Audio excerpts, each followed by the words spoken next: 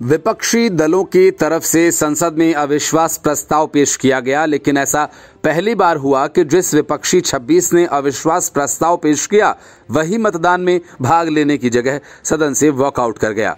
अविश्वास प्रस्ताव पेश किए जाने के पहले से ही ये तय था कि प्रस्ताव गिर जाएगा और इसी बात पर डेमोक्रेटिक प्रोग्रेसिव आजाद पार्टी के चीफ गुलाम नबी आजाद ने विपक्षी दलों को घेरा।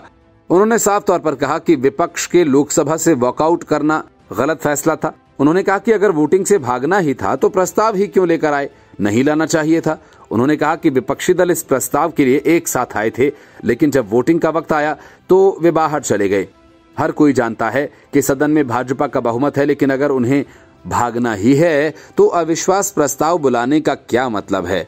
उन्होंने सही काम नहीं किया। उन्होंने कहा कि जब मुझे पता चला कि वॉकआउट हुआ है, ये सुनकर बड़ी मायूसी हुई। ऐसा इसलिए क्योंकि पिछले 2-4 महीनों से एक ही मुद्दे पर सभी एक हुए थे, लेकिन वोट ऑफ नो कॉन्फिडेंस की बात आई तो फिर छोड़ दिया।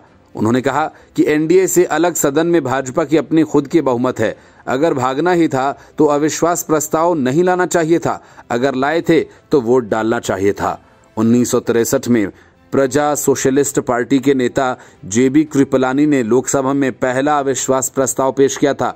हालांकि वोटिंग में पीएम जवाहरलाल नेहरू की सरकार बहुमत हासिल करने में पूरी तरह से कामयाब रही थी। आचार्य कृपलानी ने इस अविश्वास प्रस्ताव को पेश करते हुए कहा था कि मेरे लिए ये बेहद दुख की बात है।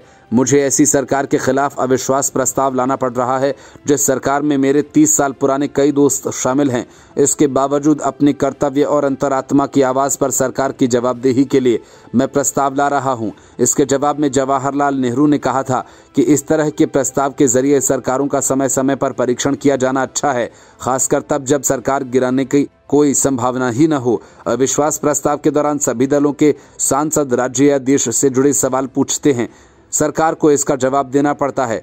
2018 में टीडीपी के सांसदों ने आंध्र प्रदेश से जुड़े मुद्दों पर सवाल पूछे थे। मोदी सरकार के खिलाफ विपक्षी दलों का लाया गया अविश्वास प्रस्ताव 10 अगस्त को गिरा दिया गया। प्रधानमंत्री नरेंद्र मोदी ने अंत में अविश्वास प्रस्ताव पर जवाब दिया। मोदी ने 2 घंटे 12 मिनट का भाषण दिया, जिसमें वे मणिपुर पर भी बोले।